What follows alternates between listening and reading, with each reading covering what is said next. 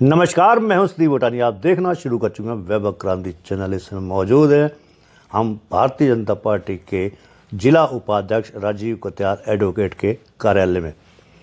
दोबारा से उनको जिम्मेदारी दी गई है। सबसे पहले उनको बधाई और साथ में आजकल के हालात पर उनसे चर्चा करेंगे। राजीव जी, सबसे पहले तो आपको बधाई दोबारा पद मिलने की, जिम्मेवारी मिली है। बहुत बहुत धन्यवाद आपका। ये बताइए कि किसान आंदोलन शुरू हो गया फिर से जी।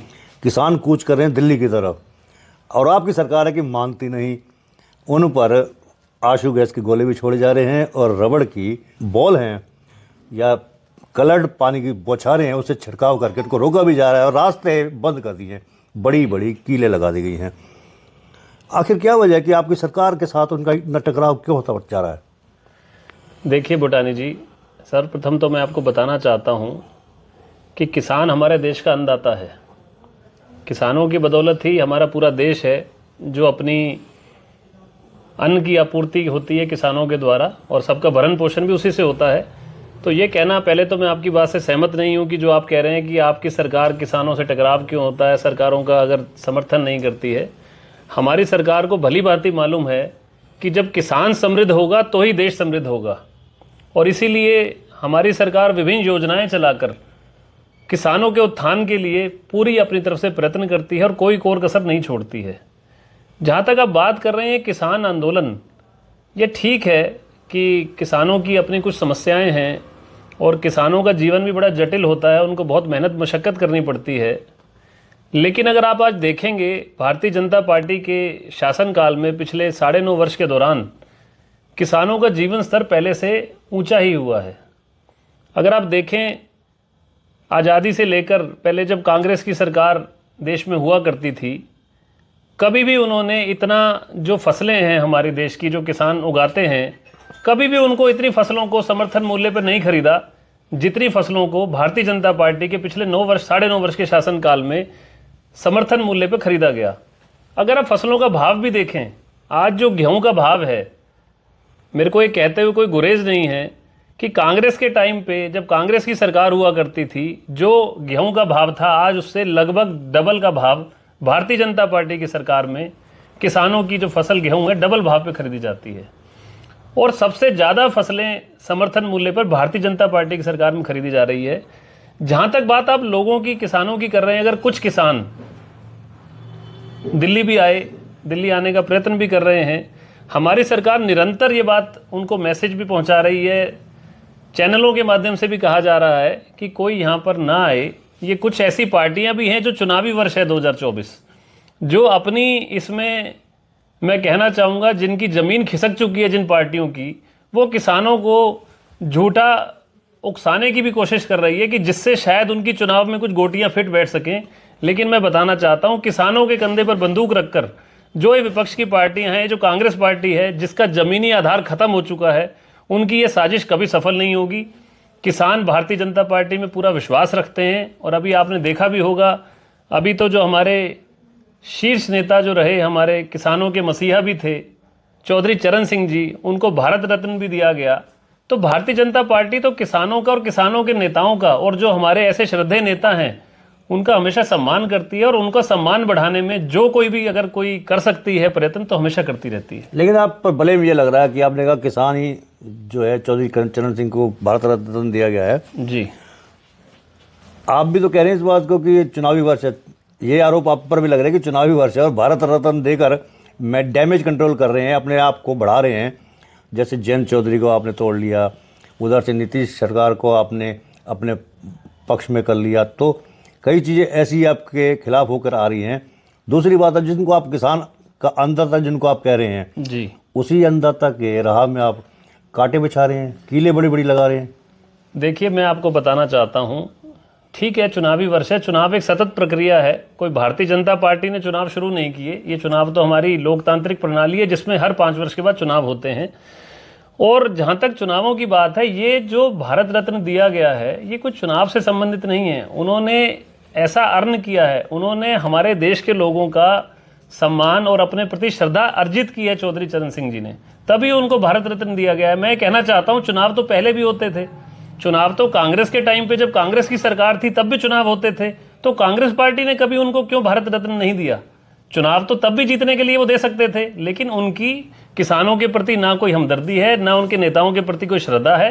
ये तो भारतीय जनता पार्टी स्वामीनाथन जी को भी दिया, देखिए समाज के हर वर्ग के व्यक्ति के लिए, कर्पूरी ठाकुर जी को भी दिया गया। जिनका कोई योगदान रहा उनको उनके योगदान के अनुसार सम्मानित करना चाहती है और उसीलिए उनको सम्मान भी दे रही है। लेकिन कांग्रेस तो ये कह रही है कि पृथ्वी पर संपन्न होते थे, समय समय पर भारत रत्न या दूसरे पुरस्कार, पद्मश्री पुरस्कार देती रही है, लेकिन चुनावी एंगल से कभी नहीं दिया जैसे भारतीय जनता पार्टी दे रही है। तो आपके कहने का अभिप्राय मैं ये समझूं कि वो सतत देते रहते थे। उन्होंने जो इतनी महान हस्तियां जिनको अब भारत रत्न दिए गए, उनके अनुसार से उनको भारत रत्न नहीं दिया जाना चाहिए था, इसीलिए उन्होंने पहले नहीं दिया था उनको ये सम्मान।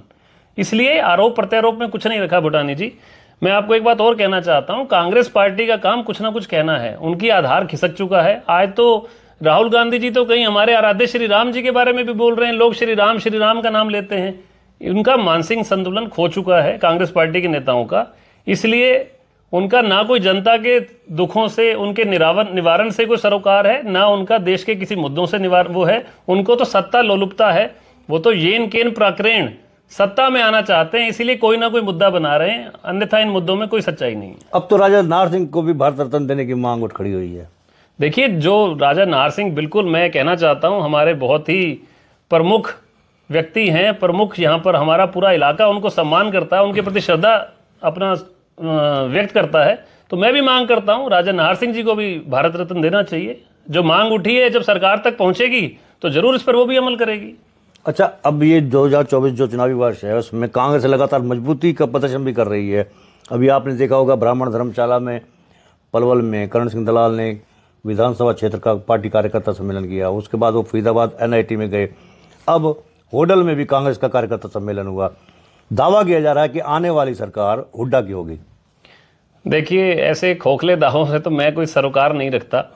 जहाँ तक आप बात कर रहे हैं कि यहाँ पर कार्यकर्ता सम्मेलन किए गए, पहली बार तो मैं आपको एक बात बताना चाहता हूँ। आज एक ऐसी पार्टी जो इतनी पुरानी, आज़ादी के समय से जो पार्टी अस्तित्व में है, आज उस पार्टी की हरियाणा में इतनी दयनीय स्थिति है, उस पार्टी का संगठन तक आज भी क्या कहते हैं अस्तित्व में नहीं आया है। प्रदेश अध्यक्ष हमारे पड़ोसी होडल हल्के से ही हैं, माननीय श्री उदय भान जी, लेकिन उसके बावजूद भी आज पलवल में जिलाध्यक्ष नहीं है इनके संगठन का।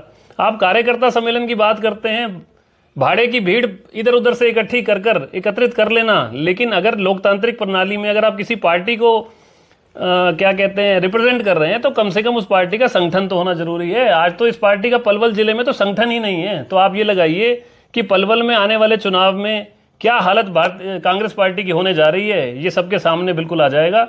और जहाँ तक आप बात कर रहे हैं कि हरियाणा में आप कह रहे हैं हुड्डा आएगा, और अभी होडल के भी आप कार्यकर्ता सम्मेलन की बात कर रहे हैं, किस प्रकार हमारे पलवल के नेता चौधरी करण सिंह दलाल, जो बड़े हमारे सम्मानित भी हैं, किस प्रकार वो वहाँ जाकर भाषण दे रहे हैं, लोगों का तिरस्कार कर रहे हैं, जनता के प्रति अपशब्द बोल रहे हैं, वो जनता को मूर्ख बता रहे हैं।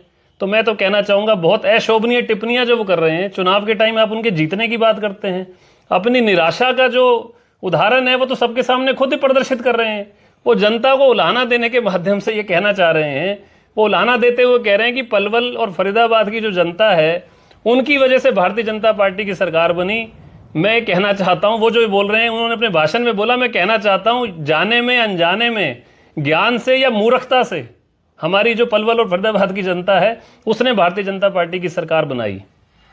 तो भूटानी जी, मैं आपको कहना चाहता हूं कि करण दलाल जी आज इतने बड़े हो चुके हैं, आज उनको अपने सामने जो इतनी लाखों की जनता है जिन्होंने उन्हें 5 बार यहाँ पर जिताकर इतना समर्थन दिया, जब वो उनको समर्थन देती थी, जब वो जनता मूर्ख नहीं थी, आज उस जनता ने भारतीय जनता पार्टी के प्रति अपना नेतृत्व में आस्था व्यक्त करी और एक ऐसी पार्टी को सत्ता में लेकर आई जो रामराज स्थापित करना चाहती है।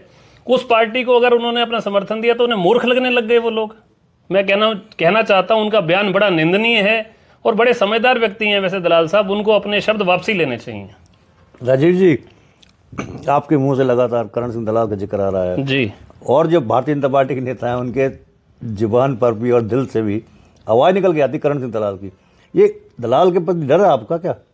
नहीं, किस चीज़ की आवाज़ निकल? दलाल से डर है आपको? आपने मुझे ये बोला अभी होडल में जो कार्यकर्ता सम्मेलन हुआ उसकी बदौलत आपको लगता है कि आने वाले टाइम में हुड्डा जी की सरकार आएगी।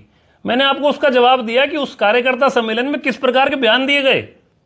जब कांग्रेस पार्टी के नेता ऐसे बयानों पर आ गए तो मैं आपको दिखाना चाहता हूं उनकी निराशा कितनी हो चुकी है उनकी। हमने सवाल किया था रवि तेवतिया जो उनके किसान कांग्रेस के नेता हैं जी, जो कांग्रेस के नेता अभी भी शामिल हुए हैं, उनसे हमने सवाल किया था कल। हमने कहा आपके नेता ने तो क्षेत्र की जनता का अपमान किया है। उन्होंने ये कहा है कि पलवल और फरीदाबाद की जनता का मूर्खता भरा कदम है। उन्होंने भी ये कहा कि इसमें जिस लहजे से उन्होंने बात की है करण सिंह दलाल ने, उसमें उनकी कोई हमें गलत बात दिखाई नहीं देती, क्योंकि 2 जिलों की वजह से तो सरकार बनी है बीजेपी की। होडल में भी जन आक्रोश रैली हुई है चौधरी उद्धवान जी की जी। आपके पूर्व मंत्री करण सिंह दलाल वहाँ भी बोले हैं जी। और उन्होंने तो मंच से कहा है कि फरीदाबाद और पलवल की जनता ने पिछली बार भाजपा की सरकार बनाई थी, और कहते कहते वो ये भी कह गए कि मूर्खता के कारण ये सरकार बनी है, यानी कि पलवल और फरीदाबाद दोनों जिलों के लिए कहा उन्होंने। इसको बीजेपी के नेता भुना रहे हैं। दीपक मंगला विधायक, हरिंदर पाल सिंह राणा जो पलवल विधानसभा क्षेत्र से टिकट की तैयारी में है, उनका ये कहना है कि अपमान किया है करण सिंह दलाल ने। क्या कहेंगे इसको लेकर? यह लुटेरों का गिरोह अगर सत्ता को काबिज कर चुका है, वो केवल इस पलवल और फरीदाबाद जिले के 36 बिरादरी के लोगों के अनजाने से, अज्ञानपने से और मैं तो कहूंगा मूर्खता से आज हरियाणा में ये कायर सरकार बनी हुई। देखिए भाई साहब, मैं दलाल साहब का समर्थक ज़्यादा नहीं हूँ, लेकिन मुझे एक दलाल साहब की बड़ी अच्छी बात लगी। वो ना एमएलए है ना एमपी है, लेकिन बहुत दहाड़ता है और सच्ची बात कहता है। उसने गलत क्या कहा? अपनी सच्चाई से आपको ध्यान हो, 360 रुपये का टोल बनना था हम लोगों का पास, करण दलाल बैठा 200 रुपये का पास बना, नहीं तो 360 का डिक्लेयर हो गया था। तो ये ताकत है उसकी। किसी ने फरीदाबाद में प्रदूषण का मुद्दा नहीं उठाया, करण दलाल ने उठाया। देखिए, मैं ये कहना चाहता हूँ कि रवि तेवतिया जी ने क्या बयान दिया, उनका क्या मत है, उनकी क्या विचारधारा है, इस बारे में तो रवि तेवतिया जी जाने। मैंने आपको एक बात बोली, जो करण सिंह दलाल जी जो बड़े कांग्रेस के बड़े नेता हैं, उन्होंने जो पलवल की जनता और फरीदाबाद जिले की जनता को मूर्ख बोला कि उन्होंने मूर्खता का कदम उठाया। मैं कहता हूं ये बयान निंदनीय है, उनको ऐसा नहीं कहना चाहिए और ये हताशा का परिणाम है, ये सत्ता लोलुपता का परिणाम है। वो लोगों को कह रहे हैं अब तो मान जाओ, अब तो मान जाओ। मैं कहना चाहता हूं आपके कर्म ऐसे होने चाहिए, आपके कार्य ऐसे होने चाहिए कि जब आप 5 साल ऐसे कार्य करें तो जनता अपने आप में अपना विश्वास प्रकट करे, आपको कहने की जरूरत ही ना पड़े। आप तो लोगों को धमकाने की श्रेणी में, धमकाने वाली भाषा में लोगों से बात कर रहे हैं, और जो अगर नहीं मान रहा, अगर वो भारतीय जनता पार्टी को मत दे रहे हैं तो आप कह रहे हैं वो मूर्ख हैं। तो मैं तो ये कहना चाहता हूं, डर मैं नहीं रहा, डर वो रहे हैं अपनी आने वाली हार को देखकर। पहले से ही उनको एहसास हो चुका है, वो पहले ही लोगों को कह रहे हैं कि आप मूर्खता का काम आपने किया, आगे से ऐसा काम मत करना। तो मैं ये कहना चाहता हूं कि जनता से प्यार से और प्रेम से तो फिर भी आप अपने लिए समर्थन ले सकते हैं, लेकिन जनता के प्रति ऐसे तिरस्कार रूपी शब्द यूज कर कर, उनके बारे में अपशब्द बोलकर, उनको डराकर धमकाकर कभी भी आप उनसे समर्थन हासिल नहीं कर सकते। हमने भारतीय जनता पार्टी के कई नेता से सवाल किया लोकसभा चुनाव को लेकर, फरीदाबाद का क्या रहेगा। एक नेता ने तो ये कह दिया कि पिछली बार 6 लाख वोटर जीते थे कृष्ण पाल गुर्जर, इस बार 10 लाख वोटर से जीतेंगे। हमने करण सिंह दलाल के आदमियों से भी बात की थी कि आपकी पार्टी के नेता चुनाव लड़ने की तैयारी कर रहे हैं, उनका लगता है जमानत जब्त हो जाएगी, जिस प्रकार से बात की आ रही है। उनका ये जवाब था कि 10 लाख जीतने वाले समझ जाएं कि इस बार कृष्ण पाल गुर्जर की हार होगी, करण सिंह दलाल की 4 लाख वोटर से जीत होगी। अब ये बताइए कि क्या रहेगा रिजल्ट। देखिए, मैं कोई भविष्य वक्ता तो नहीं हूँ, लेकिन आपने अगर मेरे से पूछा मेरा क्या मत है, क्या होगा, ये फैसला तो जनता करेगी। लोकतंत्र में जनता ही फैसला करने वाली होती है। अगर हमारे सरकार ने, माननीय कृष्ण पाल जी ने अच्छा कार्य किया है तो जनता निश्चित रूप से उन्हें दोबारा जिता कर लाएगी।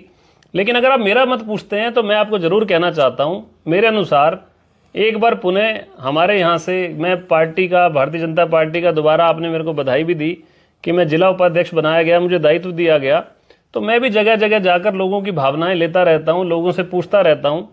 आज पूरे देश में और हमारे फरीदाबाद लोकसभा क्षेत्र में भी लोगों का माननीय मोदी जी के लिए बहुत ज़्यादा प्रेम है। जिस प्रकार श्री राम मंदिर उन्होंने 550 वर्षों के बाद, जो लोगों की आकांक्षाएं थी, लोगों की जो उमंग थी, लोगों का जो एक एक मैं कहना चाहता हूँ लोगों की मांग थी जो इतने सालों से पूरी नहीं हुई थी, आज माननीय मोदी जी ने वो मांग भी पूरी कर दी।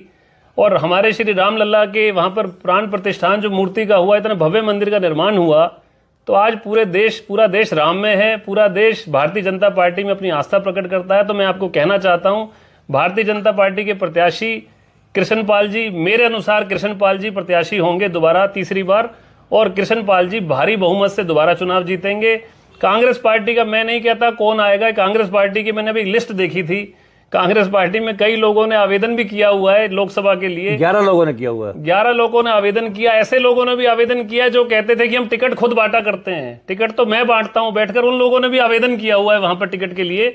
तो मैं कहना चाहता हूं कोई भी किसी को भी टिकट मिल जाए, भारतीय जनता पार्टी का प्रत्याशी भारी बहुमत से फरीदाबाद लोकसभा क्षेत्र से एक बार फिर विजयी होकर आएगा।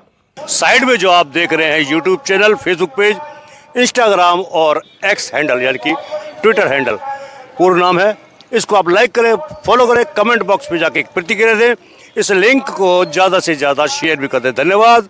जय हिंद, जय भारत।